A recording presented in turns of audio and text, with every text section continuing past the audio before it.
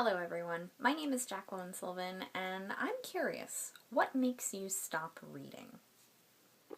I read a lot, and when I say a lot, I'm talking 80 to 100 books a year. It's part of my job.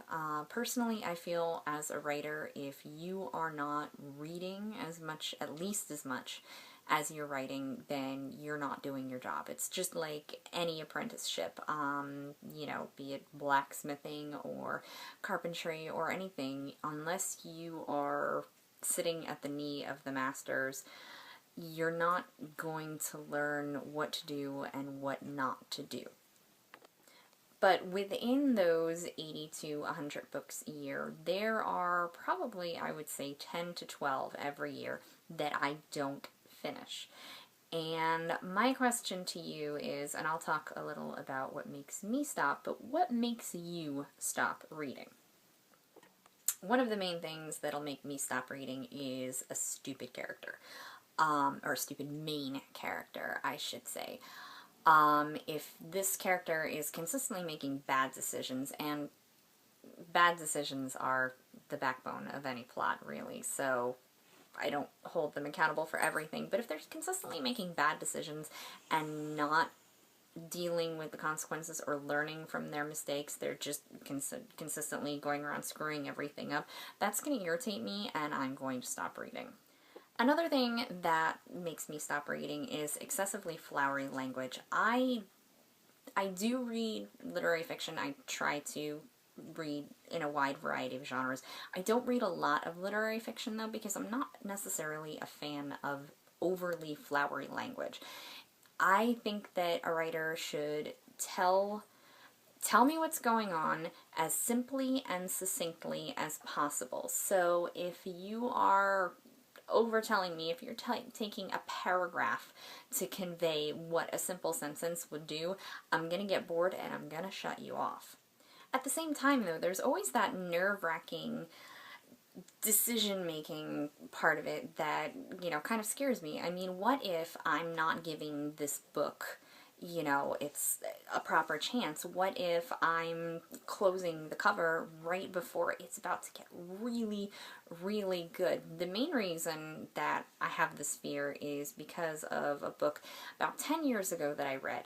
And going back to the excessively flowery language part, the writer, speaking as the character because it was first person, said that someone stepped backward, crushing her metatarsals.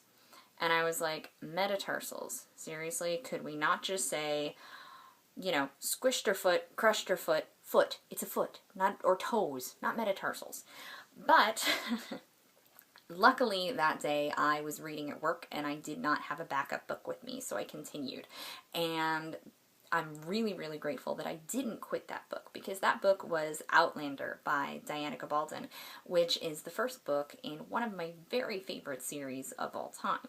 If I had closed the book, I would have missed out on this entire wonderful series. And right when I'm about to close a book that I think is going nowhere, I always get that little pang of fear, what if this is another Outlander? On the other hand, life is too short to read crappy books, so there has to be a point in which you say, enough is enough, I'm not wasting my time on this when I could be reading something much better.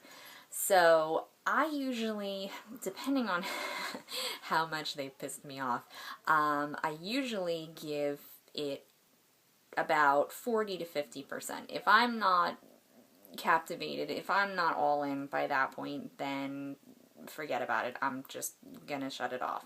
So I'm interested to know, though, what's your cutoff point? Like, what is how long do you give it before you give up? As always, this isn't just a rhetorical question. I'm really interested in your response, because not only, am I kind of commiserating with fellow readers here, but also as a writer, I'm interested to hear that kind of feedback. So please let me know below in the comments. Tweet me, let me know on my Facebook page. Also, the links are below for that. So yeah, let me know what makes you quit a book. So that's actually pretty much it for now. Don't forget my book, Blind Study, is available for purchase on Amazon, Barnes & Noble, and Kobo. Links are over there. Did you like what I did right there? Right there. So click on it, buy my book, and let me know what you think of it. So anyway, I will talk to you soon.